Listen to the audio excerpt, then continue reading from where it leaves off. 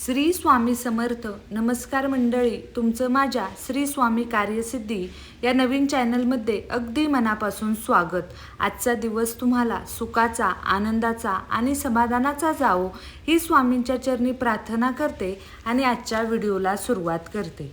देवघरात मंगल कलश स्थापन करणे हे अत्यंत शुभ मानले जाते. यामुळे घरात सकारात्मक ऊर्जा, लक्ष्मीचं आगमन आणि मंगल कार्याची सुरुवात होत असते.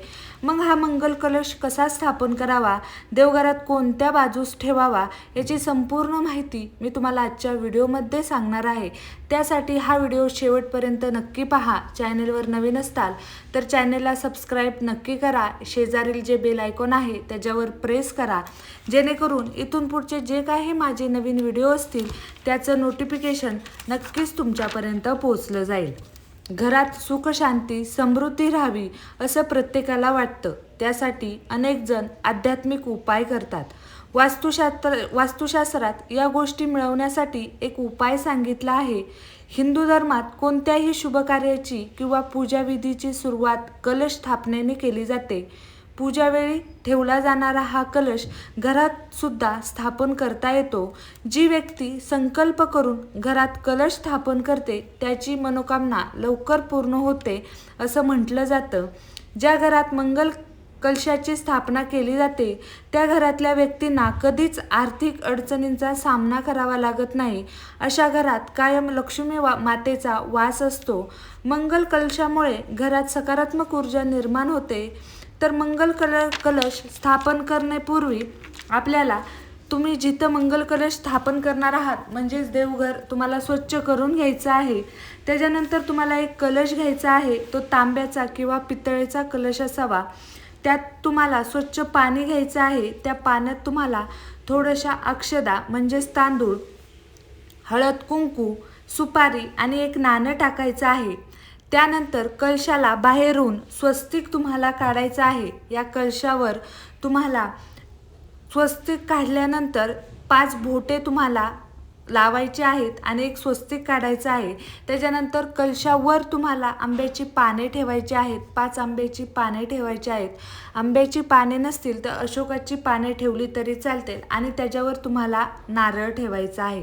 आता हा कलश तुम्हाला असाच ठेवायचा नाही, तर तुम्हाला एक डिश घ्यायची आहे. त्या डिशमध्ये तुम्हाला थोडंसं तांदूळ घ्यायचं आहे आणि या तांदूळावर तुम्हाला थोडंसं हळद कुंकू टाकायचं आहे. तसंच पांढरे तांदूळ आपल्याला ठेवायचे नसतात, त्याच्यावर थोडंसं तुम्हाला हळद कुंकू टाकायचं आहे आणि हे हळद कुंकू टाकल्यानंतर त्यावर तुम्हाला हा कलश ठेवायचा आहे. हा कलश तुम्हाला तुमच्या देवासमोर ठेवायचा आहे. त्याला नमस्कार करून प्रार्थना करायची आहे. दीप धूप लावायचा आहे. फुले अर्पण करायचे आहे. मनापासून प्रार्थना करायची आहे आणि नंतरच तुम्हाला हा कलश ईशान्य दिशेला, उत्तर पूर्व दिशेला ठेवायचा आहे. हा कलश ईशान्य दिशेला, उत्तर पूर्व ठेवल्याने हा शुभ मानला जातो. देवांच्या उजव्या बाजूला आणि आपल्या डाव्या बाजूला तुम्हाला हा कलश स्थापन करायचा आहे. हा कलश तुम्ही मंगळवारी किंवा शुक्रवारी स्थापन करू शकता. पण आता नवीन वर्ष येणार आहे म्हणजेच गुढीपाडवा हा सण येणार आहे. तुम्ही गुढीपाडव्याच्या दिवशी सुद्धा हा कलश स्थापन करू शकता किंवा चैत्र नवरात्र येणार आहे यासारख्या शुभ दिवशी जर तुम्ही कलशाची स्थापना केली तर ते अत्यंत फलदायी मानलं जातं. त्यामुळे या 2 दिवशी जर तुम्ही कलश स्थापन केला तर ते अत्यंत फलदायी मानणार आहेत.